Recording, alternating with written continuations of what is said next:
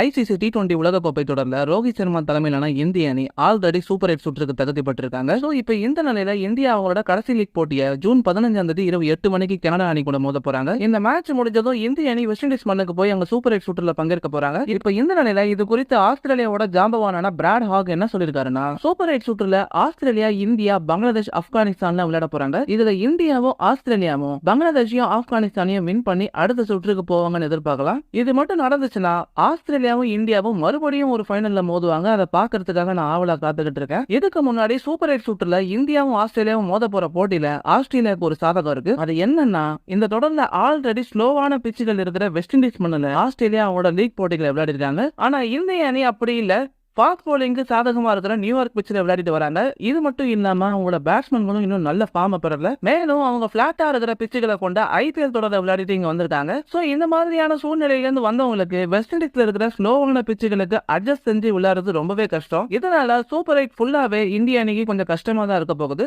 ஆனா இந்தியா ஃபைனலுக்கு வரும்போது போட்டி கொஞ்சம் வித்தியாசமா இருக்கும். ஏன்னா அவங்க அந்த சூழ்நிலைக்கு ஏற்ற மாதிரி அடாப்ட் ஆயிடுவாங்க. சோ இந்த காரணங்களால சூப்பர் 8 சுற்றுலயும் சரி, ஃபைனல்லயும் சரி, ஆஸ்திரேலிய அணி இந்திய அணியை கண்டிப்பா வின் பண்ணுவாங்கன்னு பிராட் ஹாக் அவர்கள் தெரிவிச்சிருந்தாரு. சோ மக்களை, இந்தியன் டீமுக்கு வெஸ்ட் இண்டீஸ் மண்ணில் போய் அடாப்ட் ஆகி விளையாடுறதுக்கு கொஞ்சம் டைம் ஆகுமா? பிராட் ஹாக் அவர்களோட இந்த கருத்தை பத்தி நீங்க என்ன நினைக்கிறீங்கன்னு கமெண்ட் செக்ஷன்ல சொல்லுங்க. இந்த வீடியோ உங்களுக்கு பிடிச்சிருந்தா லைக் பண்ணுங்க, ஷேர் பண்ணுங்க, மறக்காம நம்ம சேனலுக்கு சப்ஸ்கிரைப் பண்ணி சப்போர்ட் பண்ணுங்க.